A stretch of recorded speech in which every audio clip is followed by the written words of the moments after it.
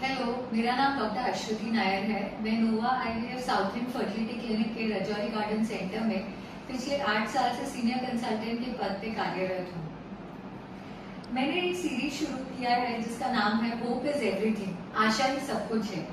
और इस सीरीज के द्वारा मैं उन कुछ रियल इंस्पायरिंग फर्टिलिटी जर्नीज को आपके सामने लाना चाहती हूँ, ताकि वो पेशेंट्स जो आज भी इस निराशा से गुजर रहे हैं कि उनकी ट्रीटमेंट सक्सेसफुल नहीं हो रही या काफी ट्रीटमेंट के बाद भी उन्हें सफलता हासिल नहीं हो रही, उनके लिए एक इंस्पिरेशन बने।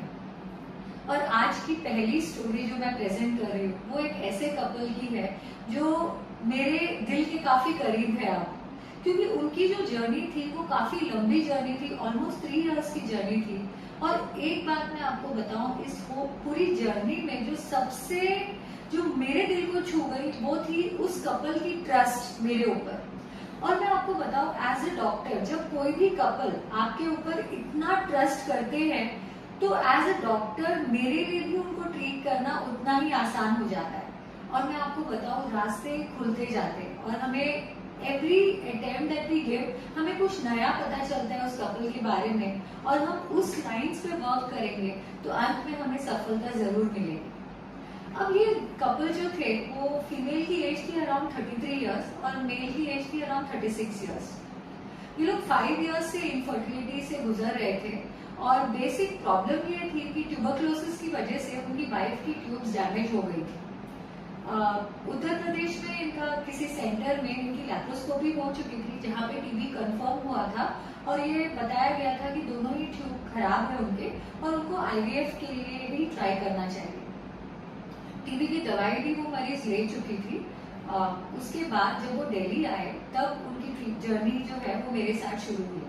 जब हमने यहाँ पे इवैल्यूएट करा तो हमें ये पता लगा कि हस्बैंड के सीमेंट सैंपल में भी थोड़ी दिक्कत है। हालांकि इतनी ज्यादा दिक्कत नहीं थी, बट मेडिसिन से वो कवर हो जाती। तो पहले हमने हस्बैंड का कुछ मंथ उनको ट्रीटमेंट में रखा और उसके बाद हमने आईवीएफ का जो उनका जर्नी है वो शुरू करा। और आईवीएफ साइकिल भी काफी स्मूथली रन हो गई और उनके हम 8 ब्लास्टोसिस्ट बना पाए। अब जब हमने इनका फर्स्ट एम्ब्रियो ट्रांसफर करा तो एक चीज जो मुझे नोटिस में आई कि हाई डोजेस ऑफ हार्मोन्स के बावजूद इनकी जो यूट्रस की लाइनिंग है या एंडोमेट्रियम है वो उतनी थिकनेस अचीव नहीं करती थी। और ये अक्सर हमें ट्यूबरक्लोसिस के मरीजों में दिखाई पड़ता है। तो फर्स्ट अटेम्प्ट जब हमने ट्रांसफर किया, it did not and up in a pregnancy. Of course काफी निराशा होती ही है, और जब भी एक फर्स्ट अटेम्प्ट फेल होता है तो हम हिस्ट्रोस्कोपी करके देखते हैं, जिसमें हम यूट्रस के अंदर एक दूरबीन डाल के देखते हैं कि कुछ ऐसी चीजें हैं जो हम यूट्रस में करेक्ट कर पाएंगे। तो जब मैंने इनकी हिस्ट्रोस्कोपी करी तो हमने देखा कि कई प्लेसेस में थोड़े जाले बने हुए थे। इसको हम माइल्ड एशरमैन सिंड्रोम की कैटेगरी में रख सकते हैं। और इन जालों को रिमूव करने के बाद फिर हमने सेकेंड अटेम्प्ट किया। ऑफकोर्स सेकेंड अटेम्प्ट में हम कुछ एक्स्ट्रा मेडिसिन इंजेक्शन की सपोर्ट भी देते हैं ताकि प्रेगनेंसी हो। और इस अटेम्प्ट में उनकी प्रेगनेंसी रुक तो गई, बट अनफॉर्चुनेटली बीटा एचसीजी की वैल्यू जो है वो बहुत हाई नहीं थी और कुछ टाइम बाद वो अपने आप फॉल हो गई। अगेन बहुत निराशाजनक था ये। कभी भी ये फेलियर्स होते हैं ना, तो मैंने ये देखा है कि पेशेंट को उस फेलियर से उभरने में ही काफी टाइम लगता है, और इस कपल के साथ कुछ ऐसे ही हुआ। जाहिर सी बात है कि लोग समझते हैं कि आज भी आईवीएफ इज द अटेम्प्ट और कुछ नहीं हुआ तो आईवीएफ में तो प्रेगनेंसी हो ही जाएगी। बट जब नहीं होती ना, तब पेशेंट की जो मेंटल स्टेट होती है वो काफी होपलेस हो जाते हैं। और इस स्टेज में एज अ डॉक्टर मेरा जो रोल है या मेरा जो रिस्पॉन्सिबिलिटी है वो और भी बढ़ जाती है, क्योंकि अब मैं सिर्फ एक डॉक्टर ही नहीं बट उनकी काउंसलर, और कई बार मुझे उनकी एक फैमिली मेंबर बन के उनको समझाना पड़ता है। और जैसे मैंने शुरुआत में कहा, ये एक स्टोरी इंस्पायरिंग इसलिए भी है क्योंकि उस कपल ने मेरे ऊपर इतना ट्रस्ट रखा कि they were willing to go through anything that I tell them. और मेरे लिए भी एज अ डॉक्टर इस पे जिम्मेदारी काफी बढ़ जाती है। फिर कुछ 6 मंथ्स के ब्रेक के बाद हमने दोबारा प्रयास किया, थोड़ा बहुत उनको वेट रिडक्शन करवाया, थोड़ा psychological counselling and everything. But मुझे ये समझ तो आ रहा था कि at the end of the day it is the endometrium या यूट्रस की ही प्रॉब्लम है। हमने एक टेस्ट करा जिसका नाम है एंडोमेट्रियल रिसेप्टिविटी एरे। जिससे हमें ये पता लगता है कि उनकी यूट्रस बच्चा लाने में किस टाइम में सक्षम हुएगी, और उस टेस्ट के अकॉर्डिंगली फिर हमने थर्ड ट्रांसफर करा। अनफॉर्चुनेटली इस सब के बावजूद भी वो उनकी प्रेगनेंसी नहीं हुई, और वो एक पॉइंट था जब मुझे भी एज अ डॉक्टर लगने लगा कि नहीं, कुछ मेजर ही इशू है कि ये नहीं हो रहा। क्योंकि अब हमारे पास लास्ट सेट ऑफ एम्ब्रियोज थे, और हम कहीं ना कहीं सरोगेसी का ऑप्शन, एम्ब्रियोज की बायोप्सी करके उनकी क्रोमोसोमल नॉर्मलसी चेक करने का ऑप्शन, ये सारी चीजें मेरे दिमाग में चल रही थी।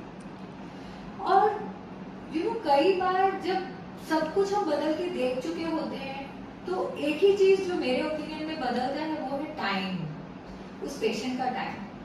फिर अगेन कुछ महीनों बाद हमने ट्राई किया, बट ये बात बहुत दाद देने वाली है कि पेशेंट ने तब भी ये नहीं सोचा कि वो कहीं पे ये कुछ काम नहीं कर रहा है, या हम डोनर गैमेट्स की तरफ जाए, या कोई और डॉक्टर से ट्रीटमेंट कराए। नहीं, उनका ये था कि नहीं, हमारी प्रेगनेंसी तो आपसे ही होनी है, आप करिए।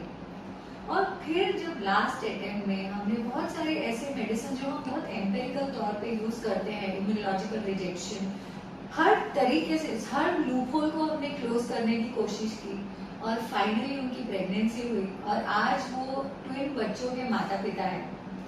तो ये जर्नी जो है इनकी, जो लगभग 3-3.5 साल की थी मेरे साथ, ये मेरे लिए एक बहुत ही प्लीजिंग जर्नी थी। No doubt as a doctor इस पूरे जर्नी में मेरे भी इमोशंस में काफी उतार चढ़ाव हुए।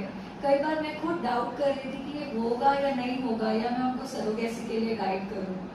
बट अल्टीमेटली मैंने यही सीखा इस जर्नी से कि अगर पेशेंट का आपके ऊपर ट्रस्ट हो, और अगर पेशेंट परसिवियर करने के लिए तैयार हो, या हिम्मत ना हारे और लगे रहे, तो अल्टीमेटली सफलता तो जरूर मिलती है। Thank you.